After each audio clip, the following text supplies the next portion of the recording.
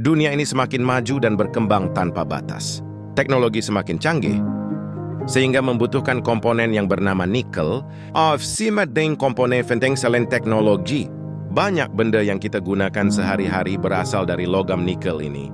Nikel ini ajaib, bisa berada di mana saja dan mempermudah kehidupan manusia. Nikel merupakan komponen penting dalam berbagai perangkat elektronik, termasuk laptop dan handphone, karena beberapa sifat uniknya seperti nikel merupakan konduktor listrik yang sangat baik. Nikel juga memiliki sifat tahan korosi yang sangat baik, sehingga komponen yang terbuat dari nikel atau dilapisi nikel dapat bertahan lebih lama dalam lingkungan yang lembab atau terkena berbagai jenis zat kimia.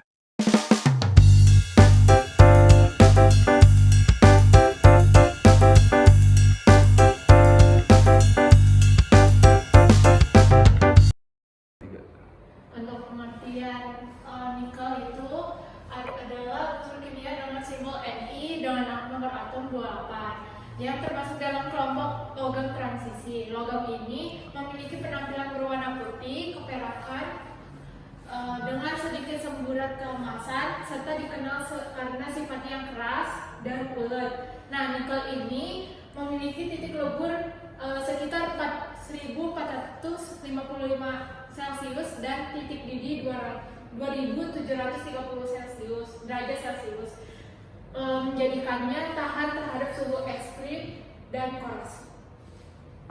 Ya, di sini saya akan menyebutkan jenis-jenis nikel, yaitu ada limonit, ada saprolit, dan ada sulfida. Nah, di Indonesia ini ada dua mineral yang diolah di Indonesia, yaitu ada saprolit itu menggunakan pirometalurgi dan limonit ini menggunakan hidrometalurgi. Nah, di nikel laterit ini juga digolongkan menjadi dua lagi, ada nikel yang saprolit berkadar tinggi dan limonit yang berkadar rendah. Biji jenis yang saprolit ini juga mempunyai kadar besi yang rendah. Magnesiumnya juga magnesium sama silikatnya tinggi. Sedangkan yang limonit ini dia kebalikannya dari saprolit, berarti dia mempunyai biji besi yang tinggi, magnesium dan silikanya itu yang rendah. Nah, proses pengolahan jenis-jenis nikel ini itu bergantung dengan jenis-jenis nikelnya itu sendiri.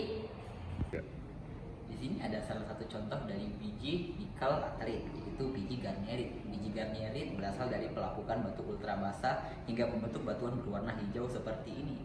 Kita bisa lihat ada oksida-oksida dari pelapukan dan pengendapan. Nah, kali ini kita membahas zona nikel laterit. Yang tadi seperti dibahas oleh Caca, di sana tuh terdapat 3 jenis nikel. Ada jenis nikel limonit, saprolit, dan ada yang sulfida.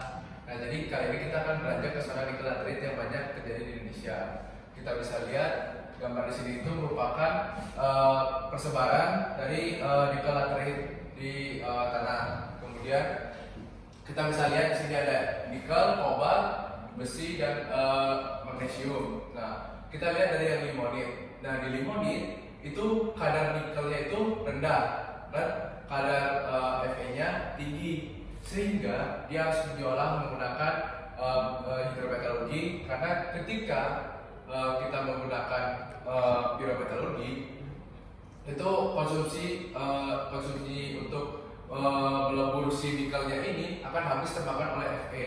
Nah, jika kita menggunakan hidrometalurgi, itu kita memperhitungkan juga kadar magnesiumnya. Karena di sini kadar magnesiumnya itu kurang dari 0,5. Nah, sedangkan kita bisa lihat yang zona paling bawah ini yang ada hijau-hijaunya itu zona saprolit. Nah, di zona saprolit itu kadar nikelnya tinggi 1,8 sampai 3. Nah, kemudian kalau kita lihat besinya itu juga rendah dari 25 sampai 40, 10 sampai ke 25. Kemudian magnesiumnya juga tergolong tinggi karena di sini itu 15 sampai 35%.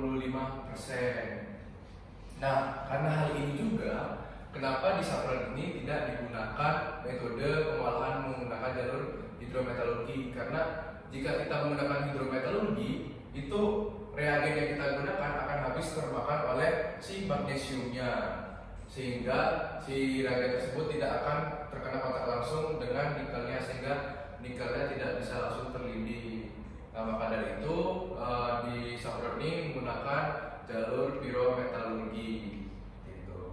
Yang kita ketahui, dalam pengolahan biji mineral apapun, kita perlu melakukan crushing dan grinding untuk mencapai luas permukaan yang ideal untuk mengolah biji. Kita lakukan crushing pada penghancuran primer dan grinding untuk penghancuran sekunder. Setelah biji mencapai ukuran ideal, kita lakukan pemisahan flotation untuk memisahkan biji sulfida dan biji oksida dengan menggunakan bantuan reagen-reagen seperti kolektor, floater, depresan, dan yang lain. Setelah itu, biji konsentrat dari hasil flotation masuk ke proses drying. Di proses drying ini, moisture dari biji-biji itu akan dikurangi sampai sekitar di bawah 20%. Hasil dari drying ini mendapatkan konsentrat yang bentuknya seperti ini. Konsentrat ini kemudian masuk ke bagian roasting. Di roasting ini, nikel sulfida sifat es itu akan disemprotkan udara agar biji berubah dari sulfida menjadi oksida. Sulfida tadi akan ditangkap untuk diolah ke area limbah. Lalu masuk ke proses smelting. Di proses smelting ini, konsentrat dari roasting akan dilebur hingga mencapai titik lebur dan terjadi pemisahan antara molten metal dan juga slag. Di sini juga akan ditambahkan flux untuk membantu proses-proses smelting untuk menjadikan konsentrat nikel. Konsentrat nikel di sini memiliki kandungan sekitar 26% nikel dan 70% Fe. Lalu kita masuk ke converting. Nikel yang dari smelting ini kita masuk converting untuk dilakukan penyemprotan udara dan penambahan SiO2. SiO2 ditambahkan untuk mengikat Fe yang ada dalam konsentrat hasil smelting ini. Hasil dari produk smelting ini adalah ferronikel NPI. Sedangkan hasil dari converting ini akan menjadi nikel mate dengan kandungan di atas 70% Ni. Fe-nya sudah terikat dengan mineral silika dan hasilnya adalah nikel mate.